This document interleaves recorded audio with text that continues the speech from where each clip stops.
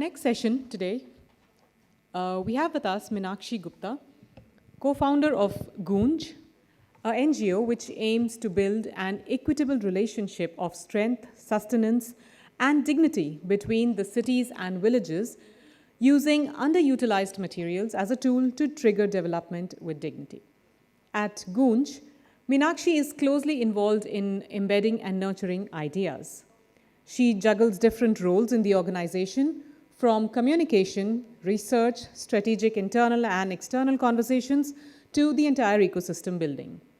She's a founding member of Catalyst 2030, a global network of social entrepreneurs.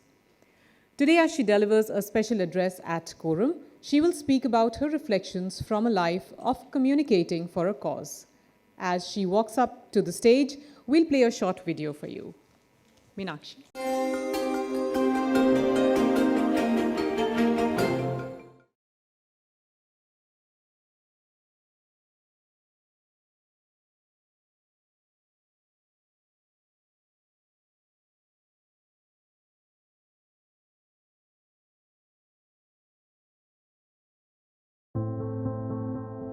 Normally, whenever we talk about donation, we give what we have. We don't give what people need. And that's the gap we wanted to fill.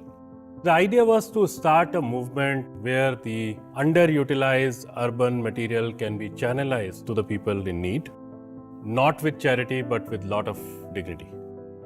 My name is Meenakshi Gupta, and I run this movement, social enterprise called Goonj.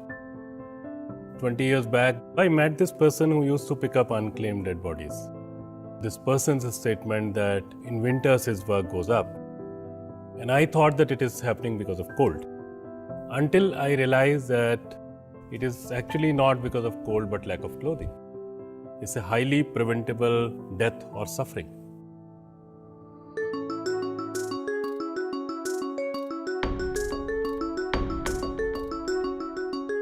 At Goonj, we collect anything and everything which can be reused. Cloth, utensil, footwear, furniture, old wash basin, pipe fittings, fans. When this material comes to our center, it goes through a very rigorous process. It goes through repairing, washing. After that, it is converted into various kits. Not even a single inch of cloth will go waste. Then it goes to the remotest possible part of the country, especially in the villages and in the slums.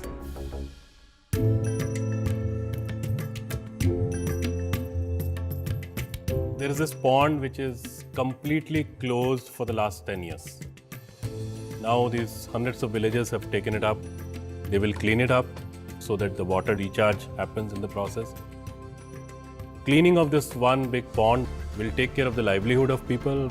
They take care of the livestock and the daily needs of people.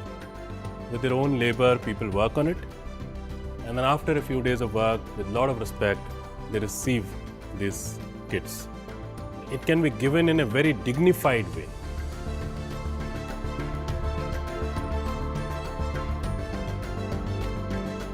We need to be thankful to every single person who is using our second-hand material, because that person gives respect and second life to something on which we have put in a lot of emotions and have a lot of hard-earned money.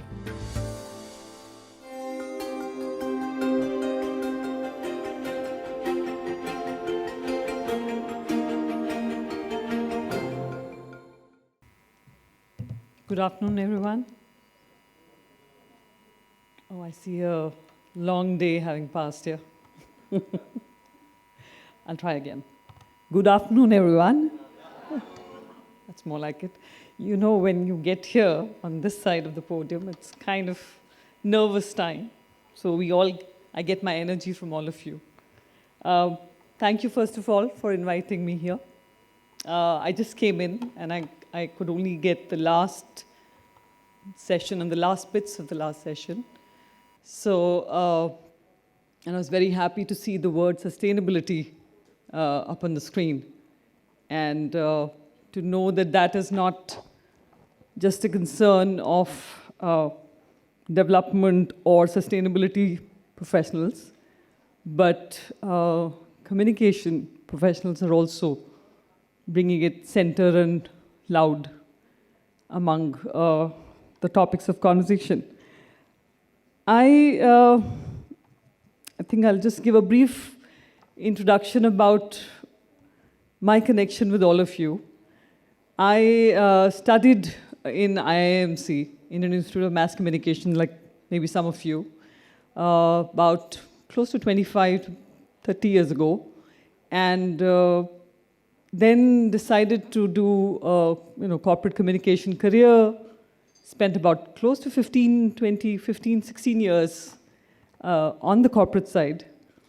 And I was very fortunate, I think, in that 15 years career, because the last 8 years of that I spent on the other side of being a corporate communication person, meaning I spent it with a lot of journalists, because I got the opportunity to represent BBC News. So it was a fun time of 8 years representing journalists. Can you imagine that? It's a brief for a PR person's dreams to think, oh my God, now I'm going to talk on behalf of the journalists rather than to the journalists. So that was fun. And then the whole work on Goonj started. It was primarily a dream of my co-founder, Anshu Gupta, who's also my husband. It started like that, and I somehow got, as they say, pulled into it.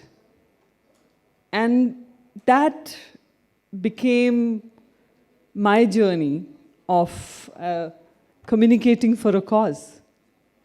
And just to share with you some highlights from that journey, it's difficult to bring together a 25, 26 years old journey into 10 minutes of sharing about it.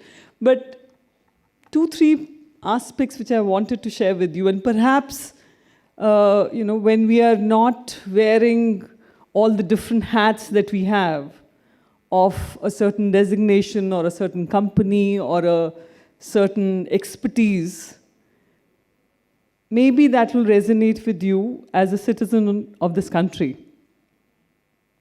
And that might make sense when we step outside of these doors. How do we see our country?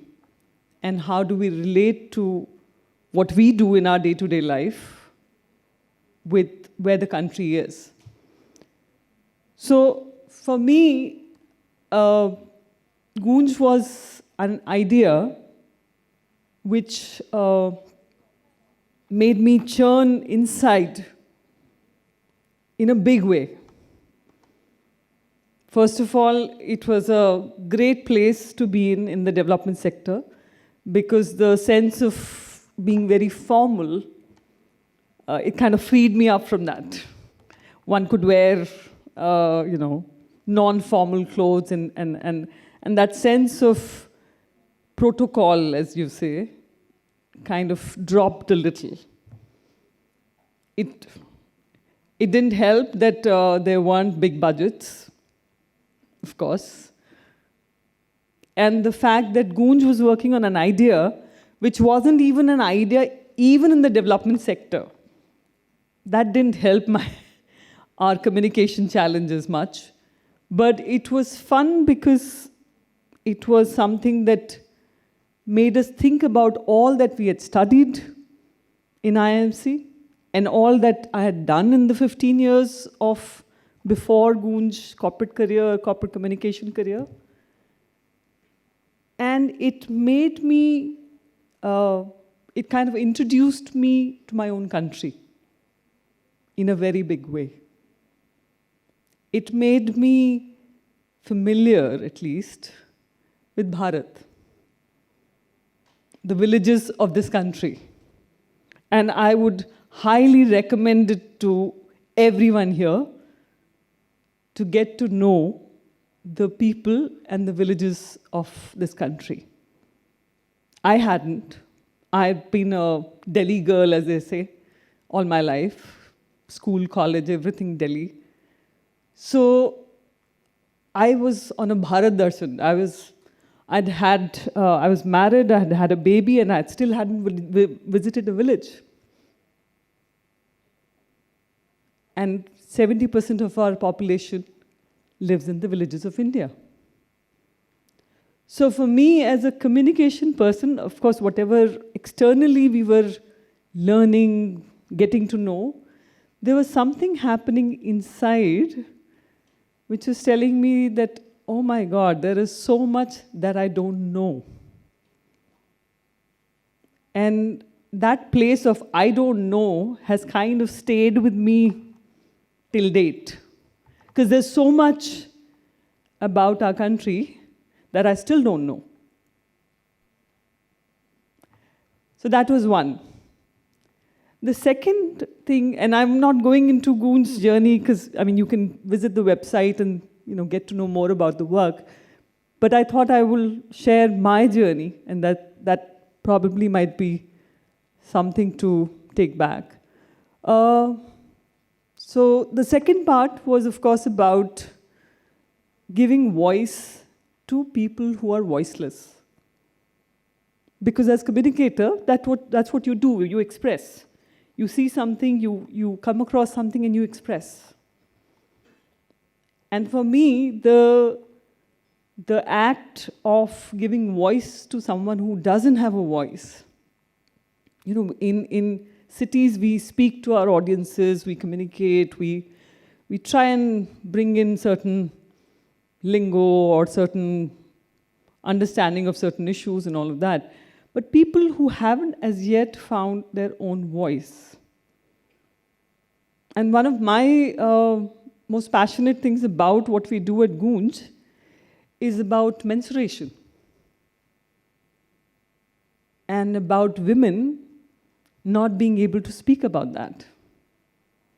Now, a lot of ladies here in the room might find it a little odd, but for a woman not being able to speak and then not being able to speak about her menstruation, about her menstrual health, it's not a simple matter of, oh, why don't you speak? I mean, I went in thinking that's why can't she speak? But then I realized that we were talking about a mindset. A mindset where a woman does not prioritize herself, does not prioritize her health. Therefore, there's no question of her prioritizing her menstrual health. It's like, you're like back, maybe 4 times behind. And that made you realize that, okay, when you're communicating about that person and their challenges, you have to really, first of all, lose your own lens about things. Because, brought up in an urban scenario, have had a fairly good middle-class upbringing, I can't imagine what it is like to be in a village of Bihar, to be not having 3 meals a day, and then to think about menstruation. So it has been, so that's what I refer to as the churning. You cannot be in that work and not think about those things. And again, this is not something to do with a non-profit person. I mean, every one of us has that opportunity and the possibility of talking to someone, maybe your house help, maybe somebody on the road. I can guarantee you'll probably meet or come across similar challenge to your own thinking. The biggest change and the biggest challenge to my own mindset was the language. The language and the lens that we apply. That the lens I've spoken about a little bit. When I said if I had to apply my urban lens to the issues of poverty or sanitation or education or any of those issues, my lens is completely distorted as far as what is needed, what is happening in the villages of India. But the language, and I think we all grapple or we are all wordsmiths. I mean, that's one of the qualifications of being a communicator. The language is the most powerful thing that you have. The earlier panelist was talking about the culture. The language plays a key role in setting a certain narrative. And I'll tell you, give you a simple example. We talk about clothing. Now, clothing is something most commonly thought of as a thing to donate, most commonly thought of as a thing for charity. But we said, when you are giving your old cloth to Goonj or to any charity, you're not donating actually. Because you don't need that cloth anymore. You're discarding it. The minute you change the vocabulary from donating to discarding, it changes the lens of you thinking about yourself as the donor. And then just a contributor. It takes away the halo, for sure. Beneficiary, very common word in the development sector, very commonly used in CSR, in sustainability, all around. We said, when I give my time, I am this, expert or giver. But when a person in a village of India, and you saw some of the pictures where women were working, they were cleaning water bodies, they were doing a lot of other work. Every year, close to 5,000 to 7,000 projects Goonj takes up with village communities where they make bamboo bridges, where they repair roads, all kinds of work that they do. How can you call such a person beneficiary? We typically, when we volunteer, we say, I volunteered and gave my time. But when you go to a village, when a person takes you into their homes, they sit with you, they tell you about the culture, they tell you about the place, they're also volunteering. They're also giving their time. So for me, it was such a debrief of all the things that I had kind of imbibed from the culture of being an urban person and a communicator to relearn some of the things about communicating in a better way. I'll stop here. I'll ask Amit to come and help me if there are any questions. I don't want to take too much time. I know you've had a long day, but I'm happy to answer any questions based on what I've said, but even otherwise, from the development sector side, whatever little I know, happy to get into a dialogue or get to understand from you where are the gaps. Any questions for me? Yeah.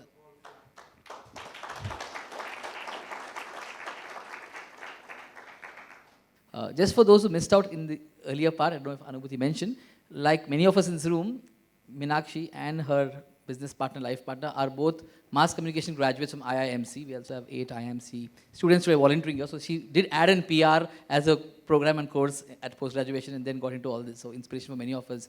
If you want to get out of PR, go and start something like this. Who has a question? Yeah, I think I'll be loud now. Okay, so I think you spoke about, okay, my name is Shrida and I work with Rudafin. My question is that you spoke about menstruation. Now that's just one of the many topics that, when you're going into villages is maybe a taboo and not a lot of people are talking about it. So for you as a communicator or someone who's trying to drive change, how did you overcome such roadblocks of stereotypes? And what were maybe some of the challenges that you faced? Okay. So one of the things that I said was to, first of all, lose your lens, your own, you always come from your own upbringing, your own understanding of issues. What they say about, being in the other person's shoes is always the first thing. And you need to be very conscious of, I was very conscious of the fact when I went into the villages. One, of course, my short haircut really was a big giveaway that I was not from the place. I would have kids, following me and saying, "ये कपड़े तो लड़की के पहने हुए हैं, मगर बाल तो लड़कों के हैं." So, like, kindly creating confusion. But I think if you are in the mode of saying what I started off with, saying, "I don't know," and it's tough for us, when you've done like 10, 15, 20 years of work, to say, "I don't know." But that's a great place to start because it gives you the ability to listen. And we all know as communication experts that listening is one of the foundational things about doing something new or innovative. And that became my learning ground. I learned about not just menstruation, by the way. I also learned about how it is an attack on a woman's dignity. So menstruation is not just a biological issue. When you tell a girl from the age of 12 till the age of 50 that she's dirty, that she can't be sitting, touching this or that, or she should be sitting away from everyone, what does it do to her confidence? What does it do to her sense of self, her body? So all of those things, if you are willing to let go of whatever you thought about earlier, and then engage. Yeah. Thank you. My name is Mayur. I'm from Ideas here. A lot of us who are probably still in our 30s, early 20s, a lot of them are here. Purpose is not very easy concept to deal with. And from your own experience and just seeing around, what would you say about that? How do we come across our own purpose? How do we start dealing with this? Because when you talk about purpose, a lot of people think, oh, we have to change the world. And like your video says, you first improve the world and then think. So could you just touch upon that? How do we inspire ourselves to deal with purpose? Thank you. That's a great question, I think. Because when you see me standing here, you're like, no, I can't be like her. I can't kind of go drop everything and go that way. To be honest, I didn't choose very consciously. I'd just been married 3 years, and that's the year Goonj was registered. We just had our baby, my daughter. And so now when I look back, it seems like the craziest thing one can do. But it is something to do with you wanting to be more and do more in the world. Simple. And we all do. I mean, Anshu and I were in our own corporate jobs. We had a scooter. We had a Vespa or something.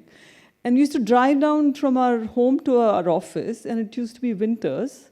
And we used to see a lot of homeless people on the roadside, a very common sight, not just in India, but many other parts of the world. And then we would think, what can we do? We didn't have like a big wealth which we could say, okay, we want to donate. Or we weren't in the position to sort of say, we'll drop everything and go and do this. I said, what could we do? So we took out our own 67 pieces of cloth, which had been just lying there after 3 years of marriage. And we said, let's do this. Let's give. These people don't have enough cloth. Let's do this. So my point is, don't try to, we can't be doing grand things. Grand things in any case don't happen in a day or a month. Start with where you are. Start with what you can. And India, I think, is a great place for that because it is, आप दरवाज़ा खोलेंगे घर का और कोई ना कोई problem आपको दिखाई दे जाएगी. कोई ड्रेन है जो खुली है, जो कोई बाहर स्ट्रे डॉग है जिसको लोग पत्थर मार रहे हैं या anything. And then think of where you are in your positions. I mean, we are all senior communication people. We have the power to reach out to people. And I would say reaching down se zyada reaching up. Because I see communication always as a connection between what's happening outside and what's happening inside. And you advise. Somebody was talking about a crisis. Do you blame? Do you apologize? Those are very critical brand questions. But if you were to think of it as something that is happening in a world in which, say, you were not the employee of that company, and there was a big boo-boo which happened. And then you try and understand that when you speak authentically to your audiences, there is respect. And that stands for a long time to come. For me, that has been the purpose really is something too big a word for me to kind of live on a day-to-day basis. But I'm sure you have your own value system which you can figure out how to live each day. And that becomes an easy enough compass. Thank you for hearing me out, and I hope what I said is useful.